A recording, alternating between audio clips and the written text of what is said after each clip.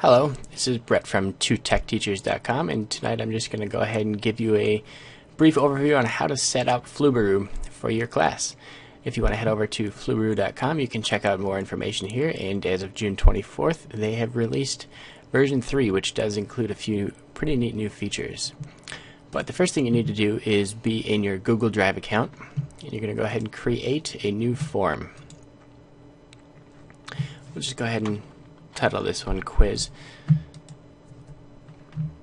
And then you want, one thing that I really recommend doing is automatically collect the username of the person that's logged in. That's going to make things a little bit easier later on. And you're just going to set up some basic questions, and I'll go ahead and speed up the video a little bit to bypass this part for you.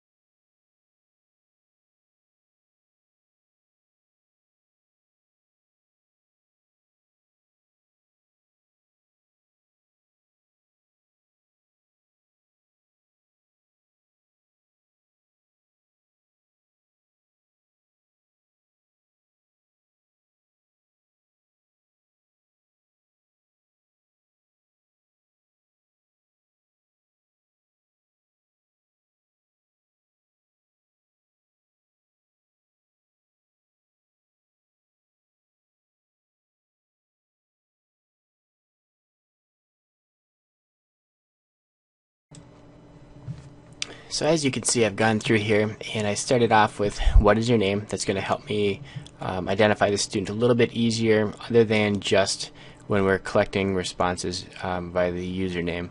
I like to have the student's full name in there. I also added a drop-down list for them to choose what class period they're in. This way I can sort the tests later on if I so wish. And then I just did three multiple choice questions and a drop-down question. And what we're going to do here now is go ahead and send the form, and we'll just hit done. And what we're going to actually do is take this, take the quiz itself, but what we're going to need to do is under responses, we are going to need to choose a response destination, and we're going to do this as a new spreadsheet, and we'll call it quiz responses. We'll go ahead and create that. If I jump over to my drive here now, so now I have my quiz and my quiz responses.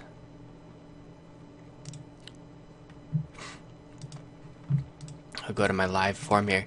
Now you do actually want to take the test yourself the very first time, and what I like to do is for my name is I call it answer key. And you just go through and make sure you do get all of the questions correct, and then submit that. And then I'll go ahead and close it.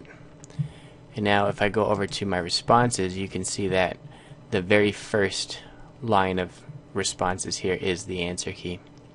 And then what I'm going to go ahead and do is I'll go ahead and actually take that test again.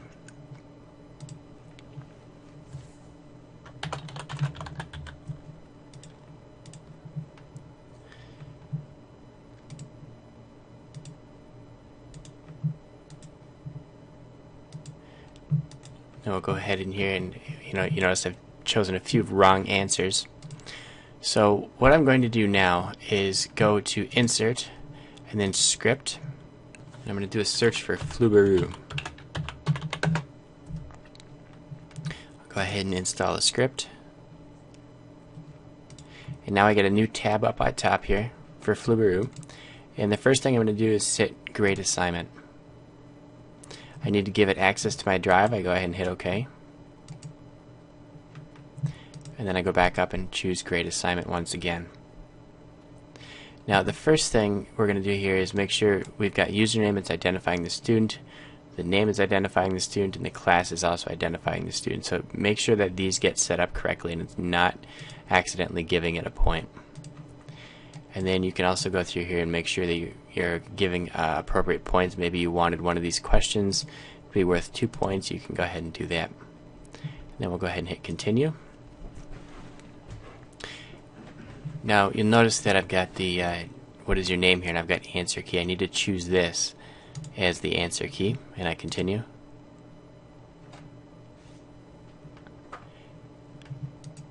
And now it has gone through and completed the grading. So what it's done here now is it's also showing me a class summary, how many points are possible, the average points, and there's been one submission. Anything that's been, any question that would have received less than a 60% is going to be highlighted in orange. So you can take a look at that. If you have a lot of students getting a question wrong, it will highlight that in orange, and you can go ahead and fix that. And then you can go back and review your individual student submissions so you can see their answers. Because here, this is the amount of points that they received for each answer. That's not what they answered. Now, Flubaroo does have a few more features. First of all, I can go through here and I can email the grades to that student. And this is another reason I collected the username and showing it here. If I want, I can include the answer key, and I can also type a message to the students. I can also view a report.